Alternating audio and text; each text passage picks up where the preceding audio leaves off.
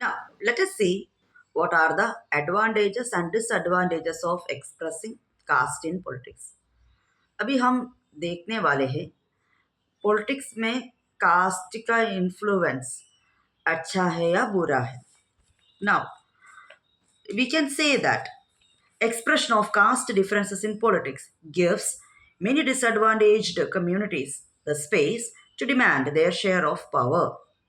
In this sense, caste politics has helped people from Dalit OBC caste to gain better access to decision making.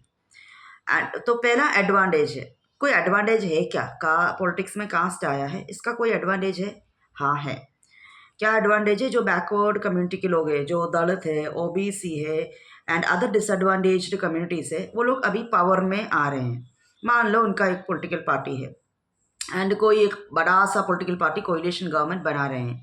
तो ये तो एक छोटा सा party है, फिर भी इनका सपोर्ट तो चाहिए कोलिशन बनाने के लिए, तो इनका सपोर्ट वो लोग ले लेंगे एंड इनका एक रिप्रेजेंटेटिव को मिनिस्टर बनाएंगे. जब इनके एक रिप्रेजेंटेटिव को मिनिस्टर बनाएंगे तब इनके मांगे गवर्नमेंट के सामने रख सकते हैं, तो इनको फ़ायदा होगा. तो that is an advantage. Several political and non-political organizations have been demanding and agitating for an end to discrimination against particular caste.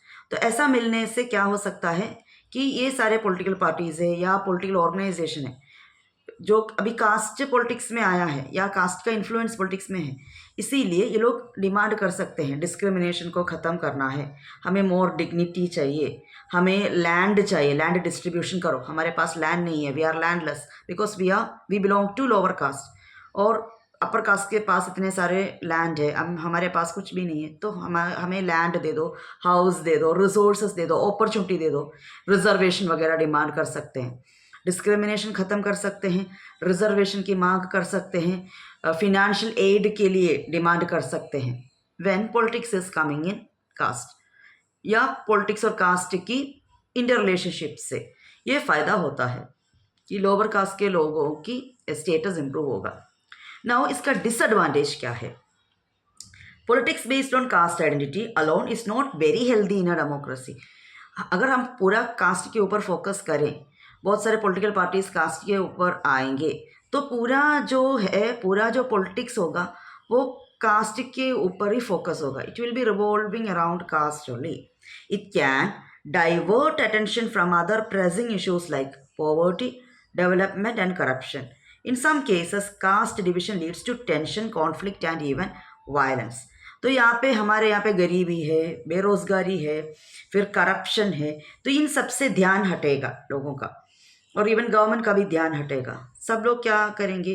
ये कास्ट के बारे में ही सोचेंगे एंड कभी कभी ये कास्ट को ज़्यादा इम्पोर्टेंस देने से टेंशन होगा, कॉन्फ्लिक्ट होगा, वायलेंस होगा.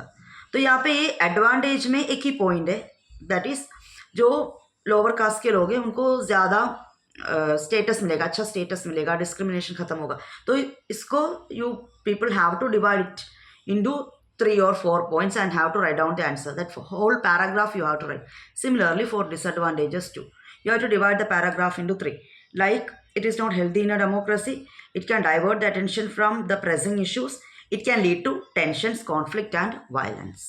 Hopefully you understood it. Thank you, and this chapter is over.